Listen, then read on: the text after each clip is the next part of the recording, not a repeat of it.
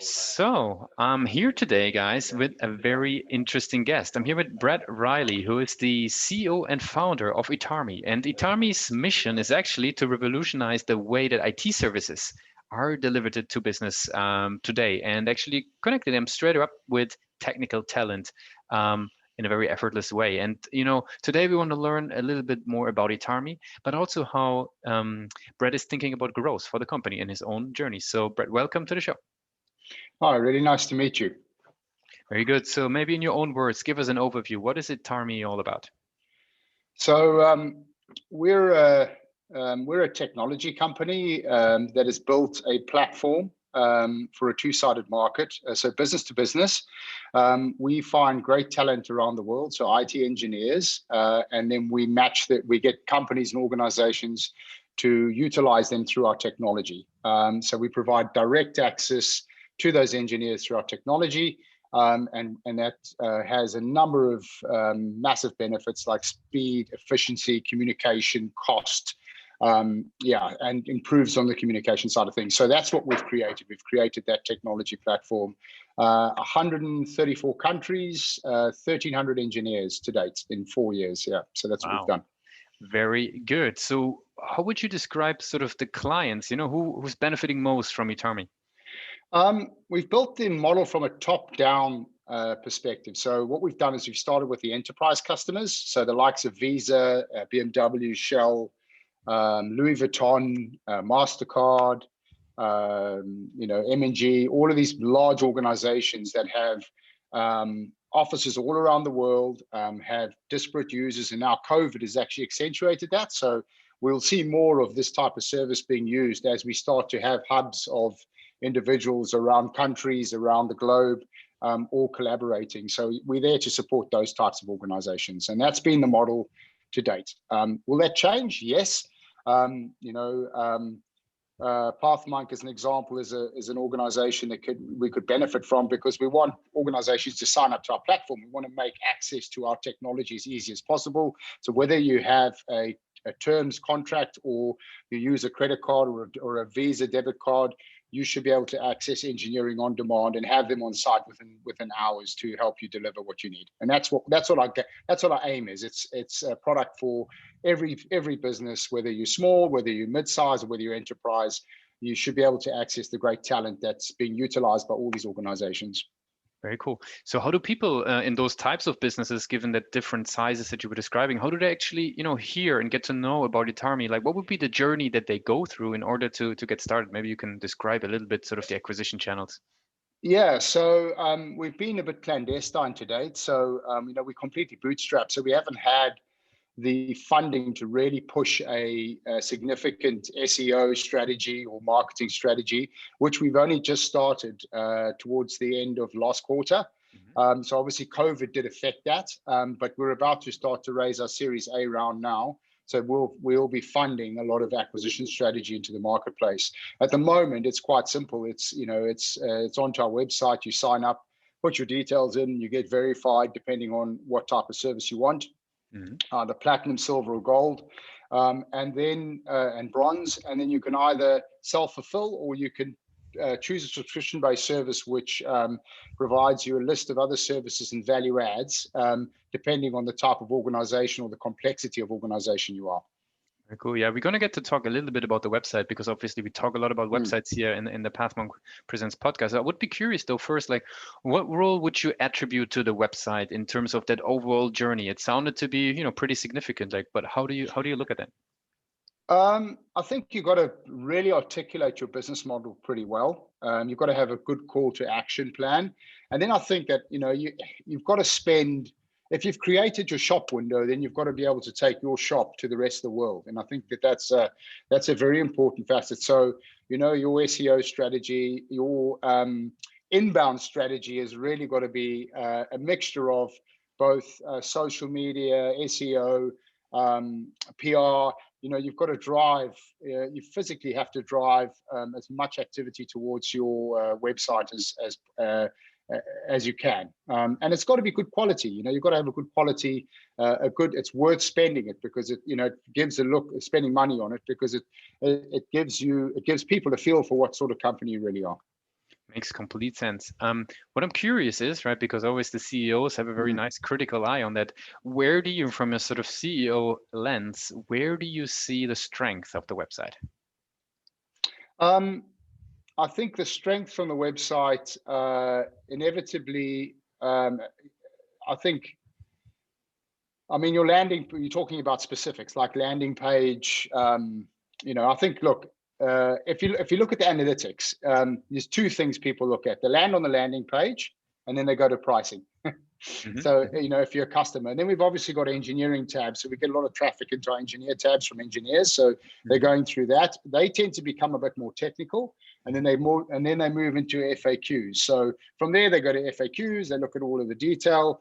Um, Terms and conditions, funny enough, doesn't get a lot of hits, because obviously that's nature of what we're doing. But landing page, pricing, and then because we're a two-sided market, we see a lot of traction from an engineering perspective, because they're validating you, they're checking you out, and then that often goes from LinkedIn to website to LinkedIn, because they're looking at the people in the company. They want to know that they can trust the organization. So you've Hmm. got to portray that. You've got to get that across.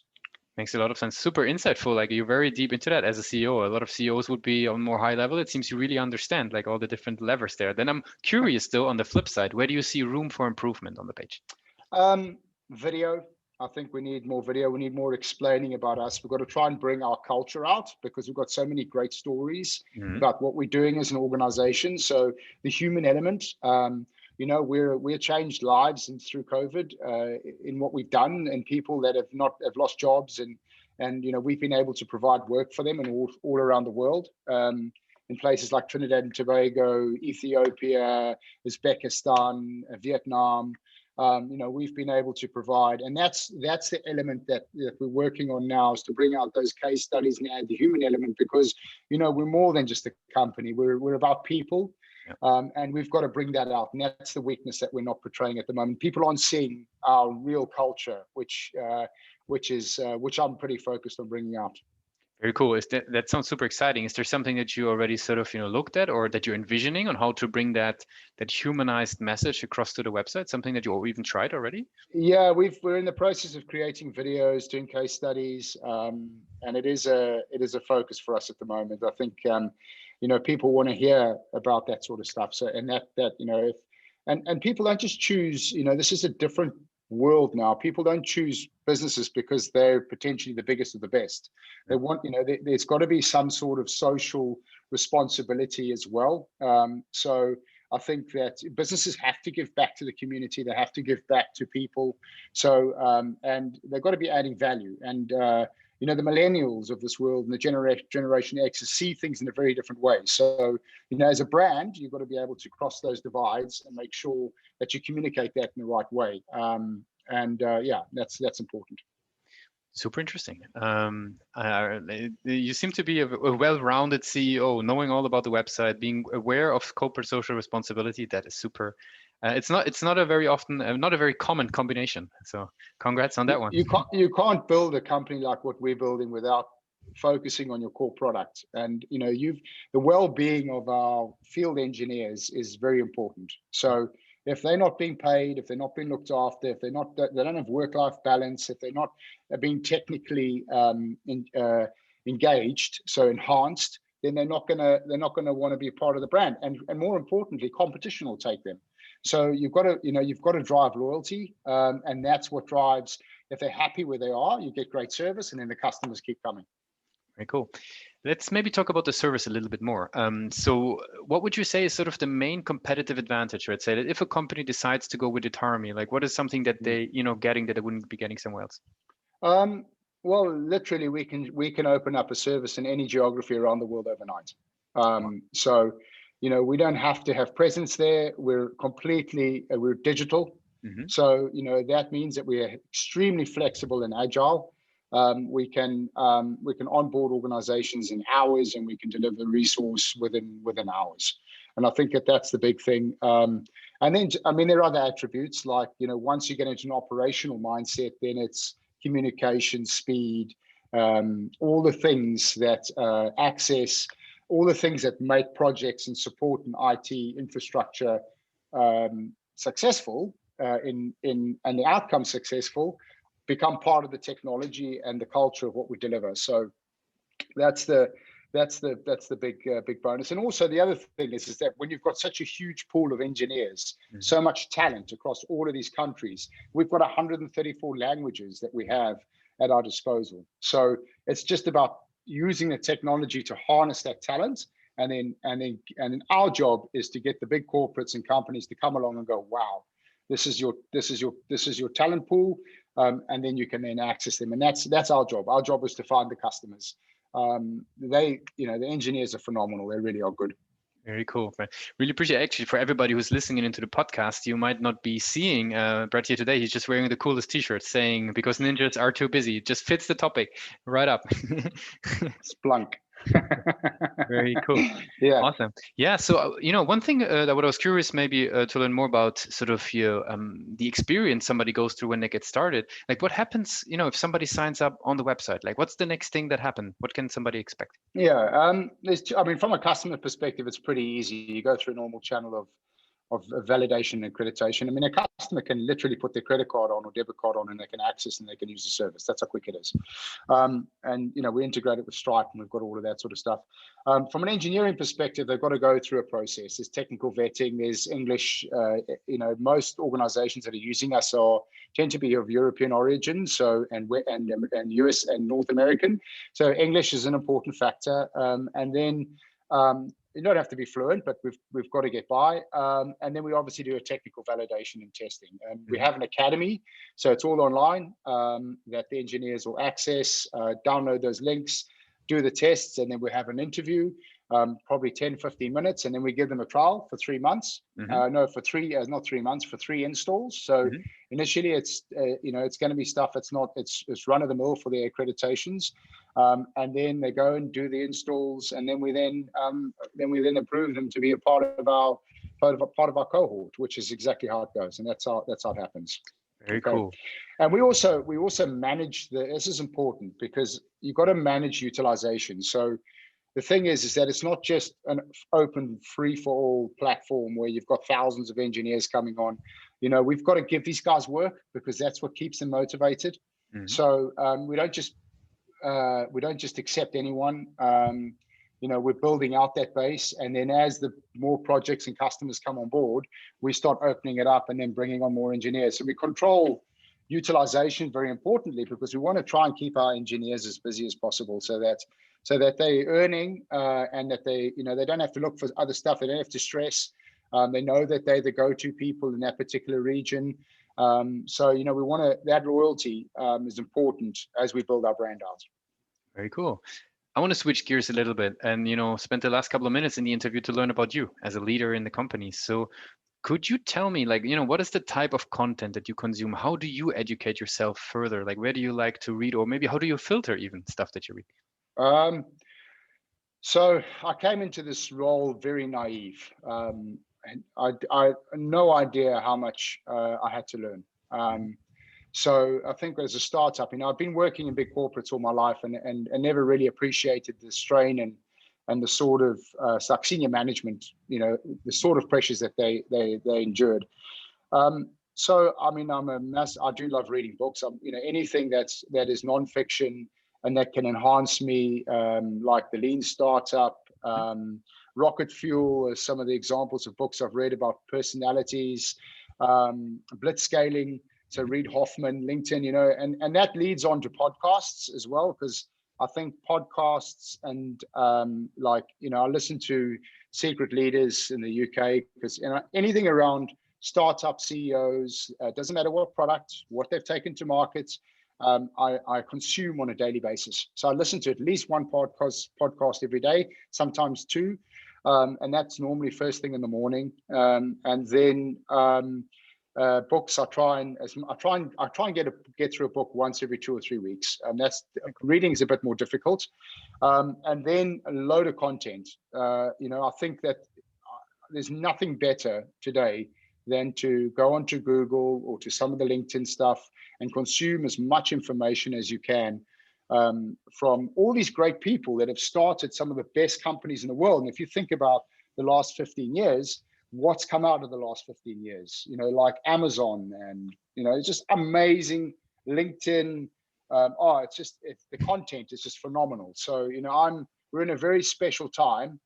Elon Musk and his journey with Tesla and SpaceX, and some really, really brilliant people that are pathing the route to success for a lot of us. And we don't have to go to university to study this stuff. You can learn from them because they're giving this content away for nothing. And I think that's what's so great about today's startup world. The downside is that it's super competitive. So the downside is that there's lots of other people learning, lots of other people picking up this sort of stuff. So you've got to have a good product. You've got to be creative. You've got to be innovative. You've got to work hard, and you've got to stay focused. And you can't give up. Those are my bits of advice. So that's what will make you successful. Very cool. Just two more last quick questions that I love to ask our CEOs and founders before we're wrapping up. If there would be no boundaries in technology, what would be one thing that you would wanted to have fixed for the company today? What I would have fixed if there'd been no boundaries in technology. I think for me, automation is a massive thing. I'm just automation nuts. And it's not about taking people's jobs away. It's about making us as efficient as possible, and then bringing on the people to utilize those tools to make things more efficient. So I think for me, I've never had the resource really at my disposal to be really creative. Everything we've done as a bootstrap organization has been won from business, reinvested, developed, one business, reinvested, and that has been my biggest downside. I think that is, AI, machine learning. I'd love to get my hands on someone that could develop that for us. I've got some crazy product ideas in the IT that I want to bring to life, and I can't because I don't have I haven't had the runway yet from a financial perspective to create those products, and that's what I'm excited about. That's what keeps me focused. But we're in stage one of our evolution on our roadmap, and it'll come. I just got to be a bit more patient. Very interesting. Very last question would be, if today would be your very first day working on ITARMI, right? If you're going, what is it now, nearly 5 years back now? Yeah, 4 years now, yeah. 4 years. 4 years in April. 4 years in April, okay, perfect. 4 years back now, what would be the one advice that you would give yourself? I think initially when I started this business, I didn't research things properly. Mm-hmm. So I think that if you look at the European startup scene, there's so many great programs, camps, R&D and government incentives, all of these accelerators. I had no idea that this world existed. Mm-hmm. So I made starting the business for us a lot harder than it needed to be. Mm. And instead, I took £60,000 and I wasted it on an individual that I thought was going to bring us in funding. Mm. I had no idea about minimum viable product market fit. I had none of these, all this stuff. If you sat in a room for an hour or 2 hours and someone said, this is how you start a startup, and this is what you need to be doing, I would have approached this business in a very different way. And I would have certainly been a lot more, probably a bit more successful, a lot quicker than we are now. Not to say that we haven't. We've done phenomenally well, and I'm proud of what we've done. But there's been many occasions because of that we could have lost this business because our naivety, and we were lucky. We got away with it. But that's what I would do. If I started a second business, it would be a very different engagement structure, very, very different. Yeah, that's why you see investors get so excited when you get someone out of an exit and then he starts a new business and then they pile all their money into them because they know they've gone through that Ferris wheel of trauma. You know what they say, startups like, you're jumping off a cliff with no wings and you start building the airplane on the way down. Yep. So that is true. And then Reid Hoffman said that, and it's exactly what a startup's like. So you've got to be tough. And that's probably my biggest, rather than start too early, make sure you do your research properly. If you've got a good product, it can wait. And then because if you do it properly, you'll accelerate a lot quicker and you'll catch up with that time anyway. So that's my piece of advice. Brent, I really appreciate that you were part of Pathfunk Presents today. No, thank you very much. Really good chatting to you.